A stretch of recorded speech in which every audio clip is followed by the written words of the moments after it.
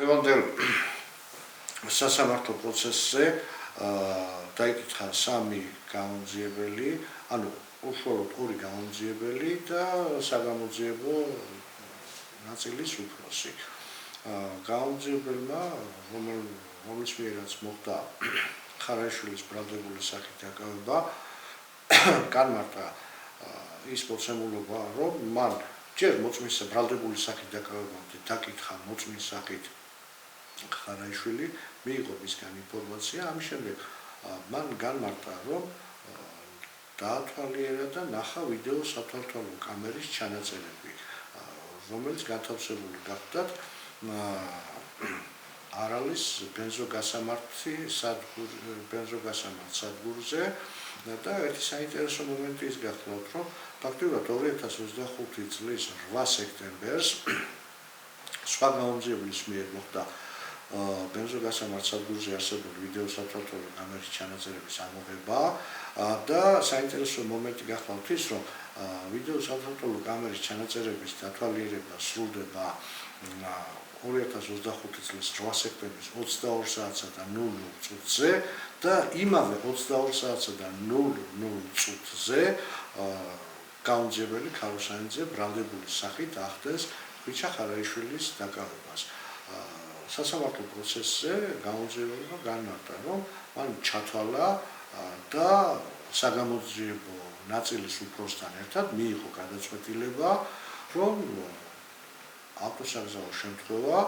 განპირობებული გახდათ ხვიჩა ხარაიშვილის ბრალდებით. ფაქტობრივად საინტერესო გახდათ ის მომენტი, რომ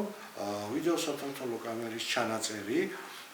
ჩანაწერის დათვალიერება და პარალელურ რეჟიმში დაკავება ხდება ერთსა და იმავე დროს, მაგრამ აქ უკვე აღარ უნდა გავუკვირდეს აღარაფერი იმ მოცემულობის გამო, რა ინფორმაციაც მიაწოდა სასამართლოს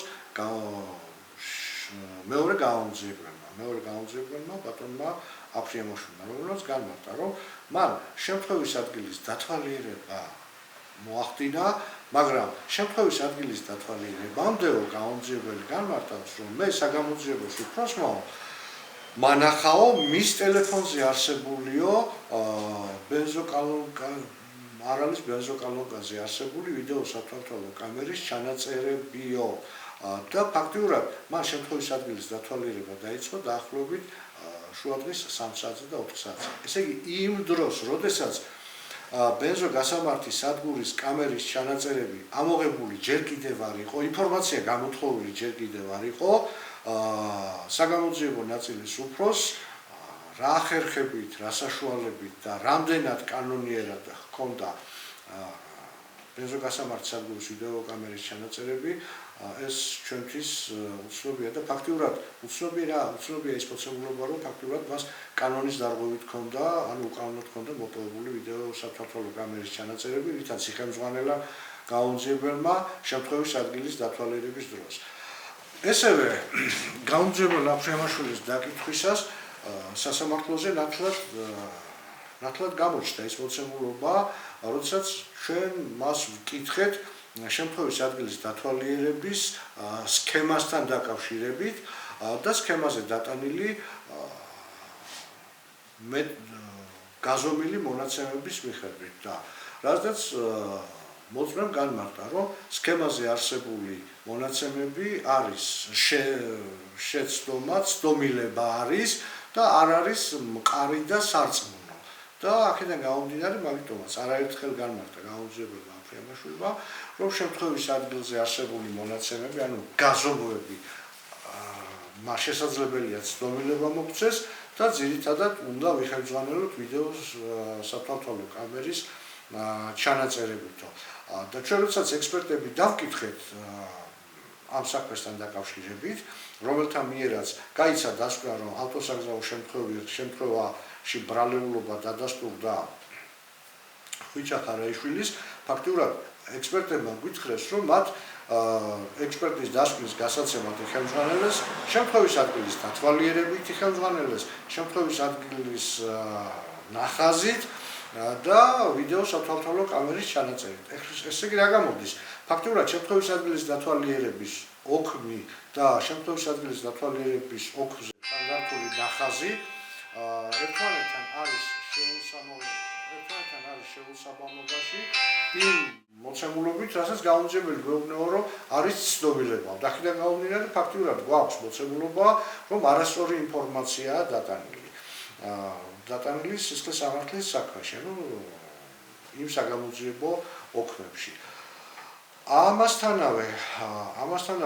დასმული იქნა კითხვები გამომძიებელსათვის, რომელიც შემთხვევის ადგილის დაათვალიერა, თუ საიდან აიღო მონაცემები, როგორ გაზომა, რა მონაცემებს დაერქნო, ათვლის წერტილი საიდან აიღო და როგორ დააკავშირა ეს ყველაფერი ერთმანეთთან, ფაქტურად აღნიშნულზე გამომძიებელმა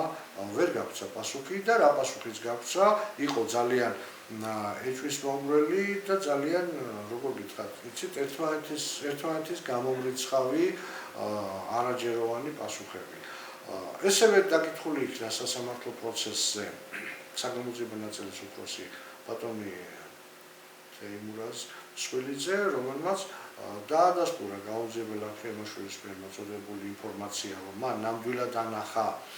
ვიდეო სათვალთვალო კამერის ჩანაწერები, რომელიც მას გადაუწერეს ბენზოგასამართი სადგურის პატრონებმა, ისე რომ არანაირი ინფორმაციის ამოღების შესახებ არც დადგენილება ჰქონდათ, არც ოქრი ჰქონდათ შედგენილი, წინსრებით გადაიტანა ეს ვიდეო სათვალთვალო კამერის ჩანაწერები და ამ ვიდეო სათვალთვალო კამერის ჩანაწერებით იხელმძღვანელეს შემთხვევის ადგილის დათვალიერებისას და თქვენ ესევე ბრძანდებოდით წინა ჩატარებულ პროცესზე, როდესაც ვიდეო სათვალთვალო კამერის ჩანაწერების დათვალიერებას აკეთებს გამომძიებელი მან განმარტა, რომ ვიდეო სათვალთვალო კამერის ჩანაწერებზე თუ თითქოს და როგორ არის დაფიქსირებული მძიმე სატვირთო ავტომანქანის მძღოლის მიერ საგზაო ნიშნების უგულებელყოფა, რაც რა თქმა უნდა ვიდეო სათვალთვალო კამერის ჩანაწერებით არ ფიქსირდება და არც ჩანს. ერთადერთი აპელირება ბრალდების მხარეს, რომ თითქოს ვიდეო სათვალთვალო კამერაზე ჩანს თუ როგორ გადადის სამოძრაო ზოლის, როგორ კვეთს სამოძრაო ზოლს სატვირთო ავტომანქანა, ამას აპელირებენ, რომ აღნიშნული ჩანს ვიდეო სათვალთვალო კამერაში, მაგრამ ვიდეო სათვალთვალო კამერაში თვალით დანახვა ერთია, რაც არ ჩანს, პირველი მინდა ვთქვა, არ ჩანს და ძალიან ბუნდოვნად ჩანს, ეს ერთი, მეორე ის, რომ ზომები არ არის აღებული, შეჯახების ზუსტი ადგილი არ აქვს დაფიქსირებული და ესევე არანაირი ექსპერტიზაში არ არის მითითებული, თუ რამდენ გრადუსიანი დახრით იყო შემოსული მძიმე სატვირთო ავტომანქანა მოსახლეში და იმ ზოლში, რომელიც სამოძრაო ზოლიც იყო მისი კუთვნილი. არ არის დაფიქსირებული არსად თუ რამდენი ჰქონდა კია საერთოდ გადაკვეთილი მას ის ღერძულა ხაზი, რომელიც უნდა ემოძრავა და ეს ამით არავინ არ ინტერესდება და საერთოდ გვაქვს ის მოცემულობა, რომ ძალიან ბუნდოვანი, ძალიან გაურკვეველი და ძალიან, როგორ გითხრათ, ძალიან ზოგადად გახლავთ სისხლის სამართლის საქმე გამომძიებული. რასაც მეც ვუნეთ, რომ ესეთ ზოგადი გამოძიება ნამდვილად არ შეიძლება, იმიტომ რომ ავტოსაგზაო შემთხვევა გვაქვს და ავტოსაგზაო შემთხვევის დროს თუნდაც მილიმეტრს, თუნდაც 1 სანტიმეტრს არსებითი მნიშვნელობა აქვს, მაგრამ ამ მილიმეტრზე და ამ სანტიმეტრებზე გამომძიებელი განმარტავს, რომ შესაძლებელია, რომ ეს ცდომილება იყოს და ამ ცდომილებამ კიდევ შესაძლებელია, რომ გამოიწვიოს და დარწმუნებულად გამოიწვევს აბსოლუტურად რადიკალურ ცვლილებას იმ შედეგზე, რა შედეგიც გამოძიებამ მიიტანა სასამართლოში. ვთვლით, რომ ეს თუნდაც მათისეული განმარტება უმნიშვნელო ცვლილებების აბსოლუტურად სადაც მთლიანი 180 გრადუსით შემოადგენელებს სისხლის სამართლის საქმის შედეგებს ის, რომ ხვიჩა ხარაიშვილის ქმედებაში არანაირი დანაშაულის ნიშნები არ დადგინდება და ვიმედოვნებთ, რომ სასამართლო შემაჯამებელი გადაწყვეტილების მიღების დროს ბუნებრივია, რა თქმა უნდა, იხელმძღვანელებს იმ არაჯეროვანი და არათანმიმდევრული ჩვენებებით და იმ არასწორი შედგენილი ოქმებით, რაც გამოძიებას აქვს წარმოქმნილი და მიტანილი სასამართლოში.